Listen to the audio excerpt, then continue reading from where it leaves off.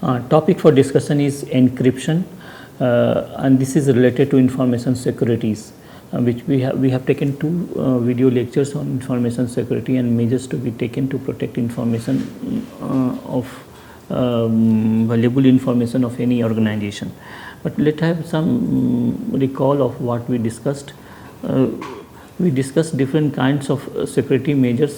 So we defined physical security, network security, and we spend lots of time on the network security and what measures should be taken on the this one. And we define the two kinds of basic attacks are coming, are basically one has to come across the active attacks and passive attacks.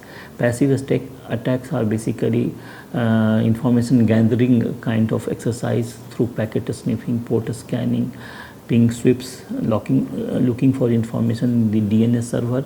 We also define what is a packet sniffing. Packet sniffing is a process of gathering, collecting some of all packets that passes through the computer network. Now let's move to this topic called encryptions now. In today's cyber internet dominated world, there is a risk of unauthorized access to all forms of data, including financial and payment system data, financial payment or any kind of data which is valuable to any organizations. Earlier it was not the case because the system was a standalone basis. But today the network, your network, organization's network connected to another kind of networks, or we have a distributed kinds of activities. You have to send information to some other organizations, and again the internet is being used as a vehicle for carrying the informations. Unauthorized access to such data can expose the personal identifying informations or payment card details of the customers or the clients. Encryption, in such case, you must have some proper technique to deal with this kind of situation where your personal data is lost or personal data is stolen or tampered with it. Encryption is a technique which is very crucial for protecting confidential and valuable data. Encryptions help protect the confidentiality of digital data, either stored on computer systems or transmitted through a network like the internet. There are two types of encryptions widely used today, symmetric and asymmetric encryptions. The name derives from whether or not the same key is used for encryptions and decryptions.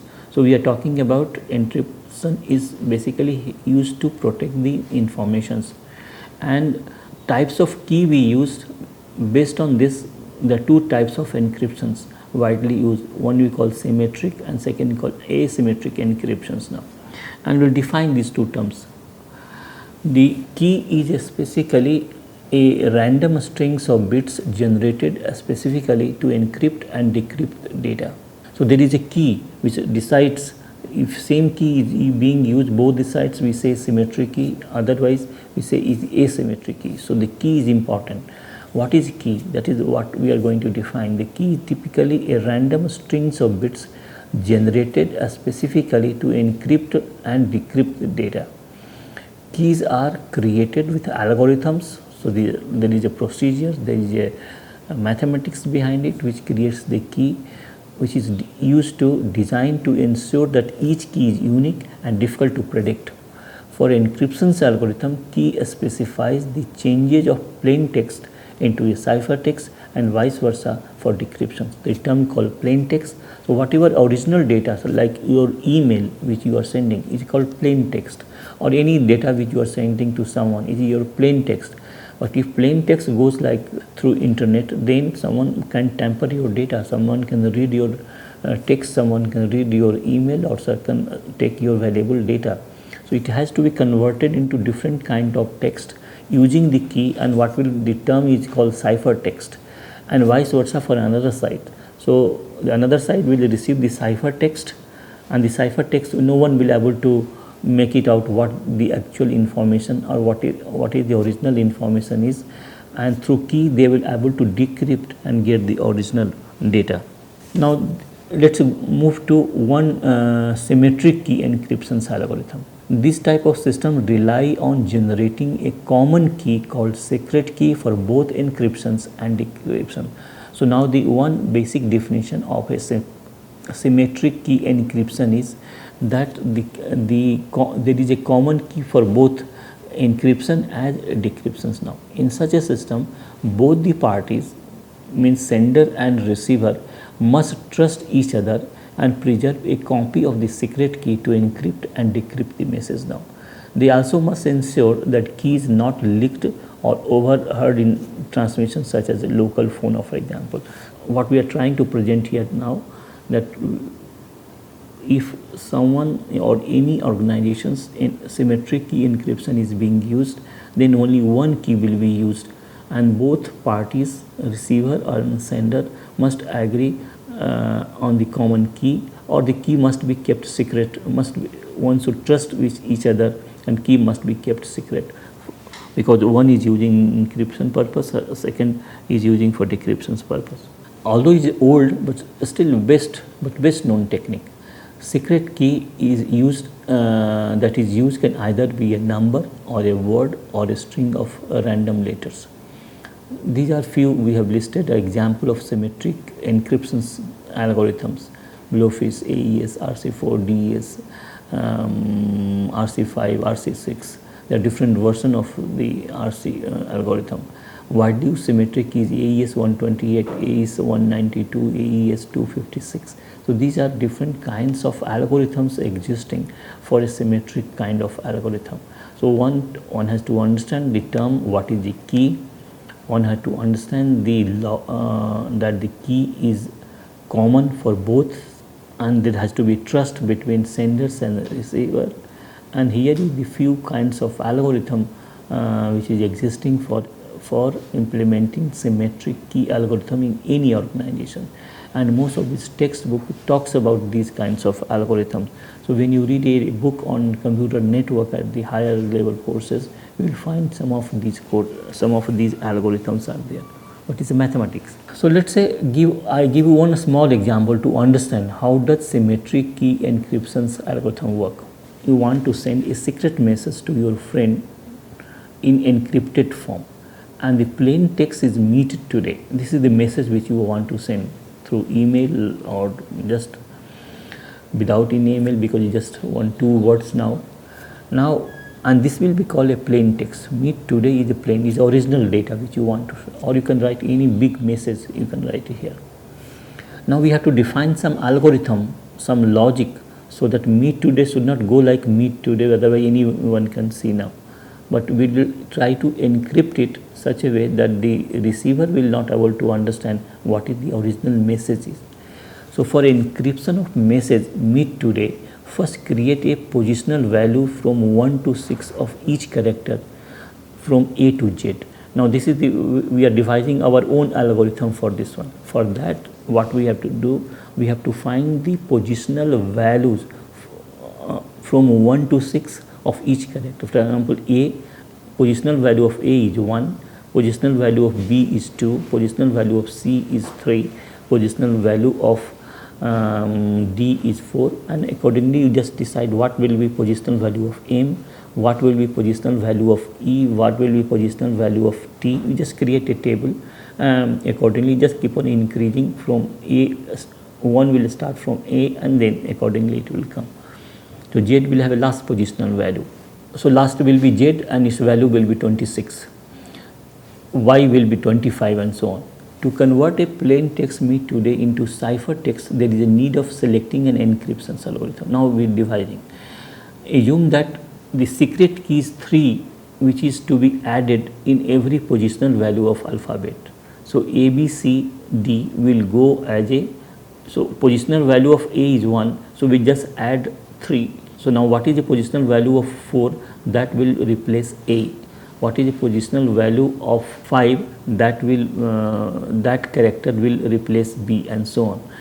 So using this algorithm, A will be sent as D, B will be sent as E. Similarly, other characters will be changed during the transmissions.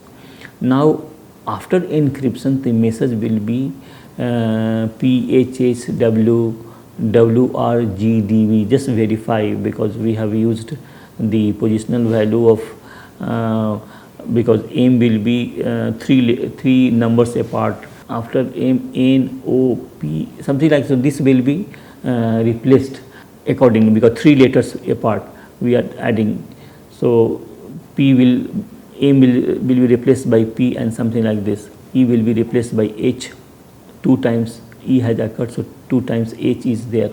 Now text after encryptions will be called as a ciphertext. So PHSW, this is the replacement of meet, and WRGDB is a replacement of today.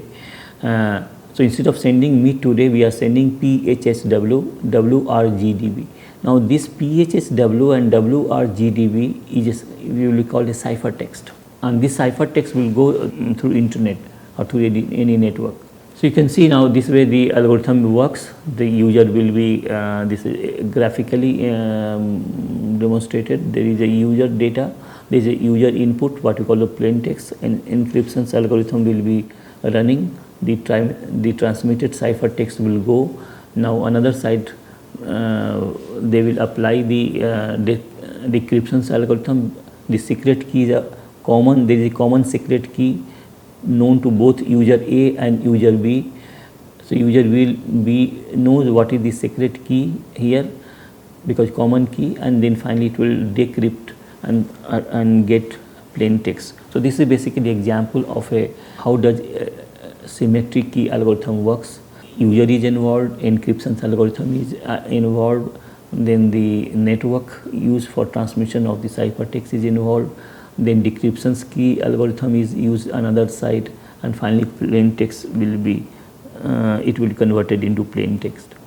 Easy to use because of the existence of a single key to be shared by both. Very easy because same algorithm is running in fact.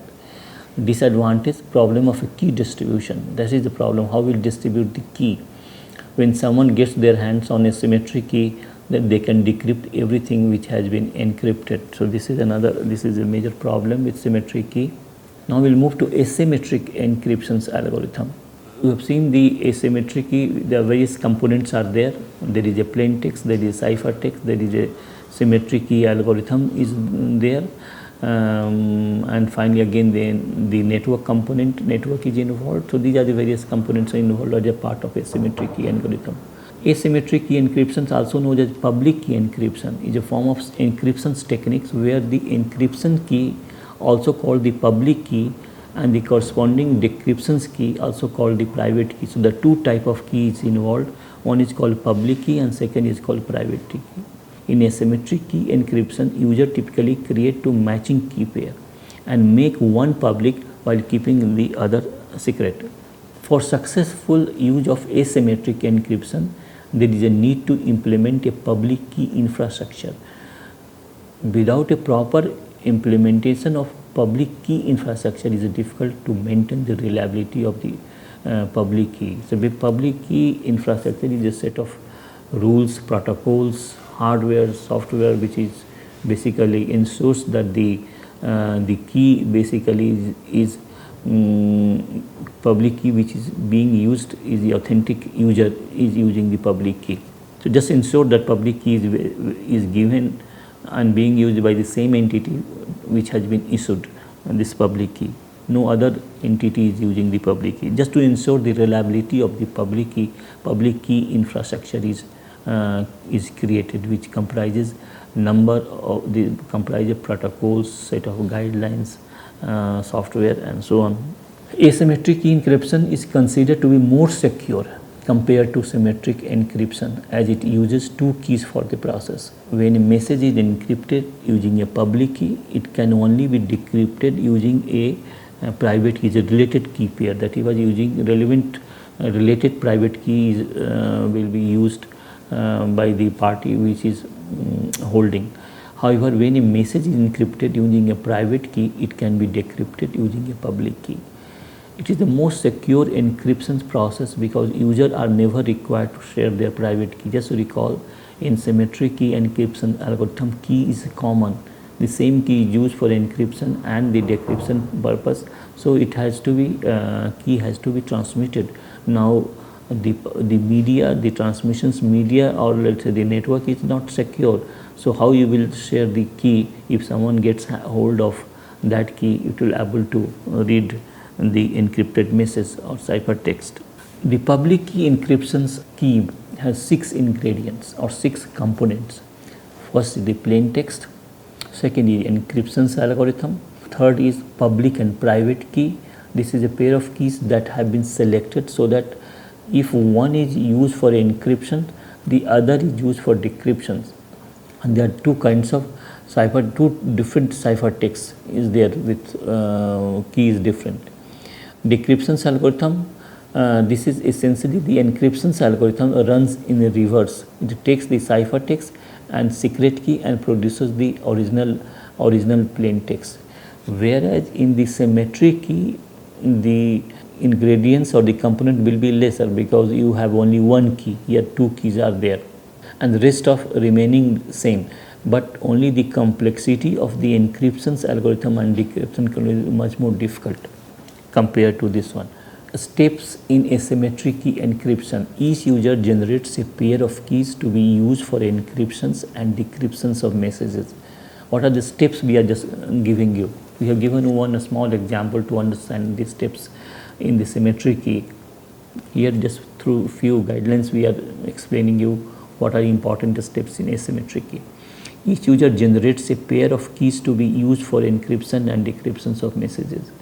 Each user places one of the two keys in a public register called public key or other accessible file. The companion key is kept private called private key. Each user maintains a collection of published key obtained from others. If a user, this is a very important point which you have to note down, understand. If user A wishes to send a confidential message to user B, then A encrypts the message using B's public key. When B receives the message, he decrypts it using his own private key. No other recipient can decrypt the message because only B knows its private key. With this approach, all participants have access to public keys, and private keys are generated locally by each participant and therefore need never be distributed, whereas the key at the receiver side is required. Key in symmetric key algorithm has to be transmitted, and this is the process explained. Plain text as usual. In symmetric key there is encryption algorithm and there is different kind of decryption algorithm, transmitted ciphertext, and finally user B receives the plain text through key by decrypting it. This slide again tries to explain the difference between the two, between symmetric key and asymmetric key. Difference between the two encryption algorithms. The same algorithm with the same key is used for encryption and decryption. This is called symmetric key. One is for symmetric key and two is used for here asymmetric key.